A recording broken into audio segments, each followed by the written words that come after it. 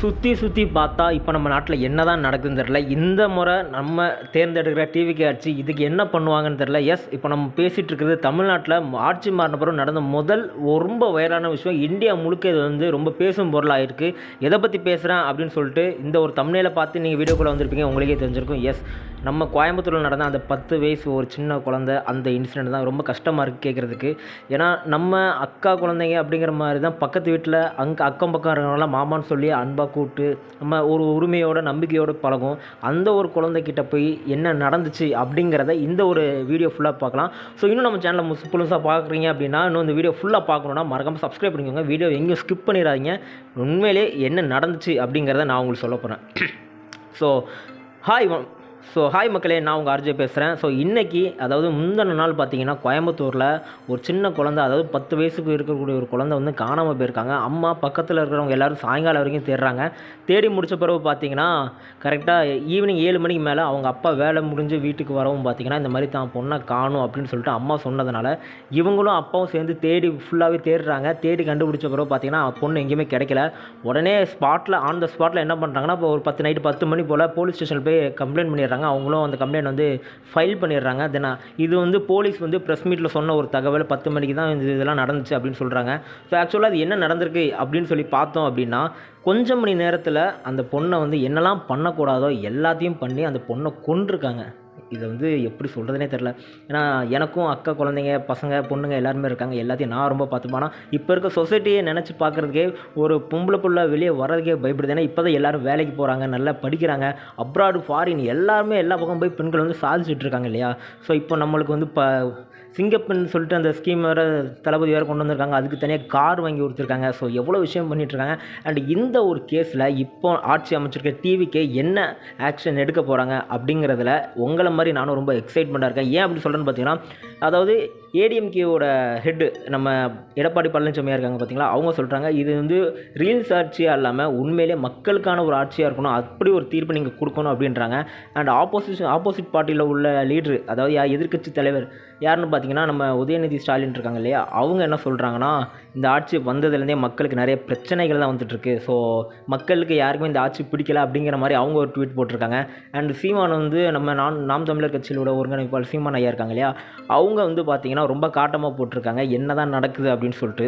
எல்லாரும் அவங்களோட இதெல்லாம் போட்டுட்டு இருக்கும்போது இந்த ஒரு இதில் அவங்கள வந்து அந்த யார் அப்படின்னு சொல்லி பார்த்தோம் அப்படின்னு சொல்லிட்டு எல்லாத்தையுமே போலீஸ் வந்து ரெக்கவர் பண்ணி பிடிச்சி சிசிடிவி கேமராலாம் ஒரு 10 கேமராலாம் வச்சுட்டு வாட்ச் பண்ணியிருக்காங்க. வாட்ச் பண்ணி முடித்த பிறகு அவங்கள வந்து அரெஸ்ட் பண்ணிட்டாங்க. என்னன்னு சொல்லி ஒவ்வொரு கேமராவும் போட்டு பார்க்கவும் தான் தெரிஞ்சிருக்கு.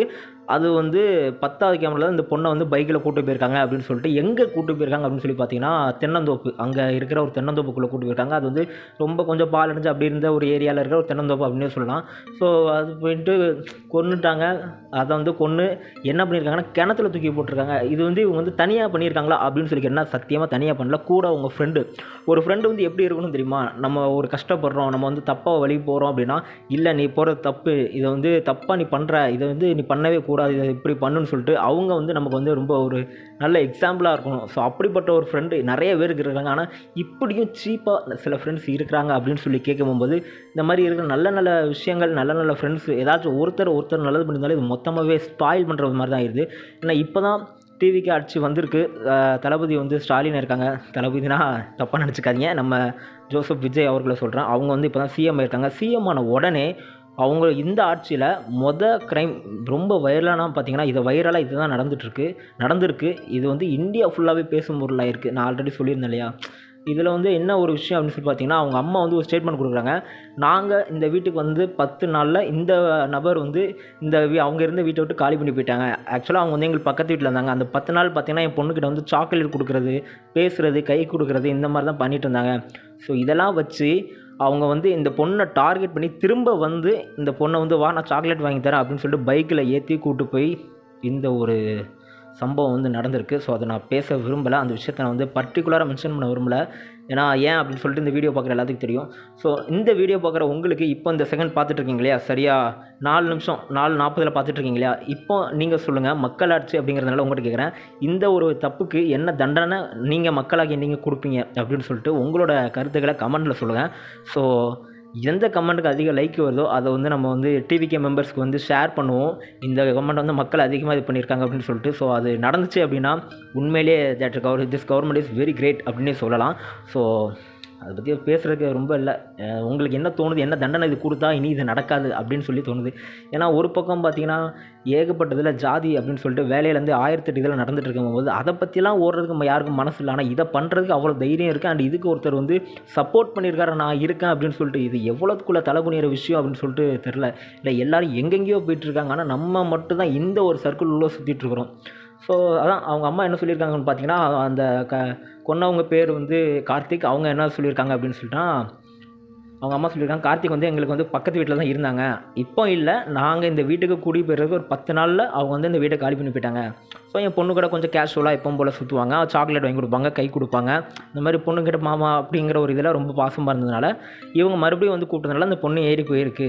ஆனால் இப்படி ஒரு விஷயம் நடக்கும்னு சொல்லிட்டு அந்த பொண்ணுக்கு சத்தியமாக தெரியாது. தெரிஞ்சிருந்தால் அந்த பொண்ணை நம்ம காப்பாற்றிக்கலாம். இதில் பெரிய ஹைலைட் விஷயம் என்னென்னு பார்த்தீங்கன்னா, ஊர் மக்கள் எல்லோரும் சேர்ந்து தேடும்போது இந்த கார்த்திக்குங்கிறவங்களும் கூட்டத்துக்குள்ளே சேர்ந்து தான் பண்ண தப்பை வந்து வெளியே கொண்டு வந்துடக்கூடாது அப்படிங்கிறாண்டி அவங்களும் தேடுற மாதிரி தேடியிருக்காங்க.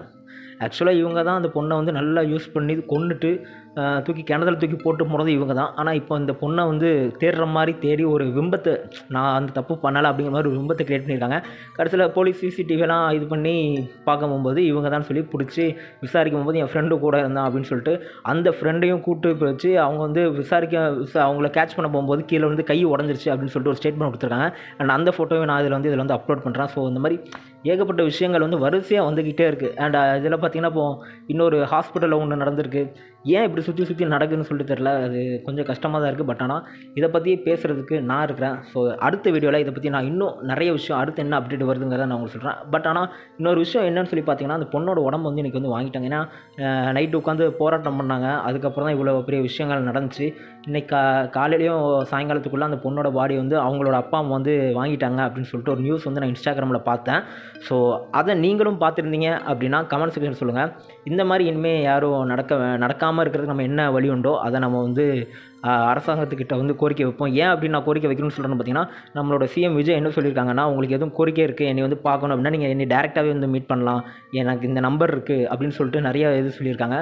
ஸோ அதில் ஒரு விஷயத்தை நம்ம ட்ரை பண்ணி நம்ம இது எல்லாத்தையுமே சொல்லலாம். ஸோ உங்களோட கருத்து 2 சொன்னேன் இல்லையா, ஒன்று வந்து இந்த ஒரு குற்றவாளிக்கு என்ன தண்டனை நீங்கள் கொடுப்பீங்க அப்படின்னு சொல்லிட்டு உங்களோட பாயிண்ட் ஆஃப் வியூவில் வந்து எனக்கு கமெண்ட் பண்ணுங்கள். அதில் எந்த கமெண்ட்டுக்கு எந்த தண்டனைக்கு அதிக லைக் வருதோ அதை வந்து நம்ம இங்கே இருக்கிற டிவிகே மினிஸ்டர்ஸ் யாருக்காச்சும் ஒருத்தங்களுக்கு சொல்லி அதை வந்து மேலே சொல்கிறதுக்கு நம்ம கண்டிப்பாக ட்ரை பண்ணுவோம். தென் அதுபோக பார்த்தீங்கன்னா இனி இதை நடக்காமல் இருக்கிறதுக்கு என்ன ஒரு அடுத்த ஒரு முயற்சி பண்ணணும் அப்படிங்கிறத நீங்கள் வந்து மறக்காமல் கமெண்ட்டில் சொல்லுங்கள். ஸோ அதை வந்து நம்ம சிஎம் சாரோட அந்த வாட்ஸ்அப் குரூப் ஒன்று இருக்குது. அண்ட் அவங்களை டேரெக்டாக மீட் பண்ணுறதுக்கு இருக்குது பார்த்தீங்களா, அதில் ஏதாச்சும் ஒன்று வந்து நம்ம ட்ரை பண்ணி சொல்கிறதுக்கு ட்ரை பண்ணுவோம். அதையும் நான் அதில் வந்து ஒரு தனி வீடியோவை நான் வந்து அப்லோட் பண்ணுறேன். ஸோ ஸ்டே டியூன்ட், சேஃபாக இருங்க, நம்மளை சுற்றி இருக்கிறவங்கள சேஃபாக பார்த்துக்கோங்க. பாய்.